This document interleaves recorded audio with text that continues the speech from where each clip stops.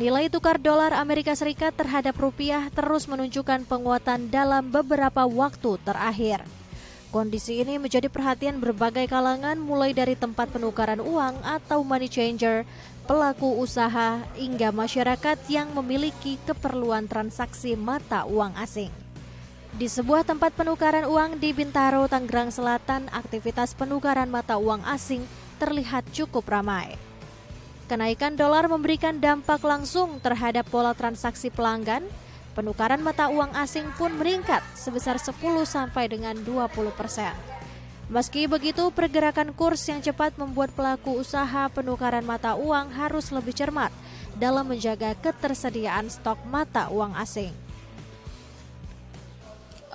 Cukup meningkat sih dari hari biasanya, tapi untuk transaksinya lebih ke polanya aja sih yang berubah. Biasanya kan kalau kayak lagi musim liburan itu kan banyak yang beli kan. Nah, kalau sekarang karena lagi dolarnya tinggi, terus mata uang lain juga ikut naik, kebanyakan sih mereka jual. Kalau dari kita sih tetap memantau pergerakan kurs juga ya, karena kan dia fluktuasinya cepat gitu. Kadang dari pagi dia bisa naik, nanti siang agak turun lagi, nanti sore bisa naik lagi gitu sih. Tetap memantau kurs sih. Sejak dolar terus menguat, jumlah masyarakat yang datang untuk menukarkan uang asing pun cukup beragam. Sebagian datang untuk menjual dolar, hingga ada pula yang membeli dolar untuk keperluan perjalanan ke luar negeri maupun kebutuhan bisnis meski kurs dolar sedang tinggi. Karena dari kemarin tuh ngelihat harga dolar emang range-nya naik terus ya. Jadi menurut saya ya udahlah lebih baik jual aja sih. Tadi cuma nuker 500 sih, Mbak. Ya. Ini lagi momen tinggi setingginya. Betul. Nah, kalau dari Mas Erlangga sendiri gimana tanggapannya dolar terus naik seperti ini? Sebagai warga negara Indonesia ya, kebutuhan hari-hari kan jadinya makin naik nih. Betul. Sebenarnya ya itu dia ada keresahan juga dari kitanya kan. Dengan lemahnya rupiah kayak gini kan berarti ngaruh ke aspek-aspek lainnya. Dari bahan pokok, kebutuhan pasti kan meningkat semua.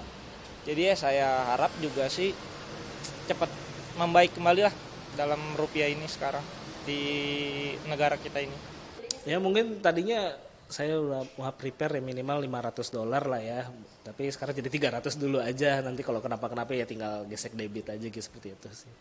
Serba sulit lah ya. Jadi kayak yang tadinya mungkin seperti saya mau liburan, jadi malah liburannya harus lebih berhemat lagi karena dolarnya mahal sekali ya.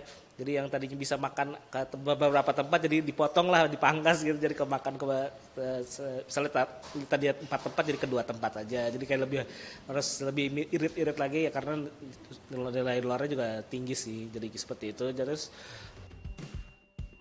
di balik angka penguatan dolar yang terus melambung, terdapat kelompok masyarakat yang merasakan dampaknya secara langsung dalam kehidupan sehari-hari.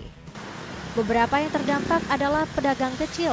Mereka terus mengais rezeki di tengah meningkatnya berbagai kebutuhan hidup, sementara harga sejumlah barang dan kebutuhan sehari-hari ikut tertekan akibat penguatan dolar.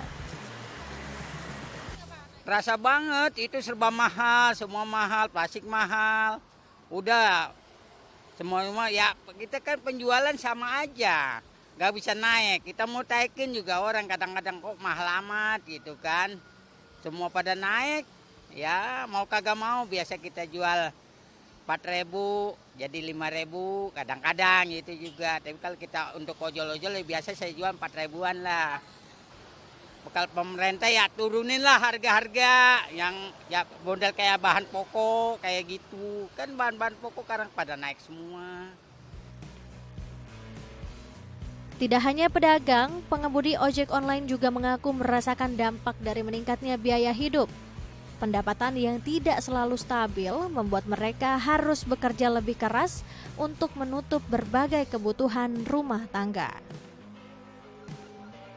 Kalau saya sendiri sebagai warga Indonesia ya, pertama ya harga ekonomi dari kebutuhan pokok sih harganya agak naik, jadi berpengaruh dari faktor dari dolar itu naik kalau nggak salah 18.000 apa ya terakhir itu. Wah berpengaruh, terus terang sih berpengaruh dari sektor kita kalau suka belanja, kita kan sering belanja juga, itu dari bawang aja juga berasa. Ya kalau dibilang cukup sih ya cukup-cukupin ya mau nggak mau harus ada yang dikurang-kurangin gitu.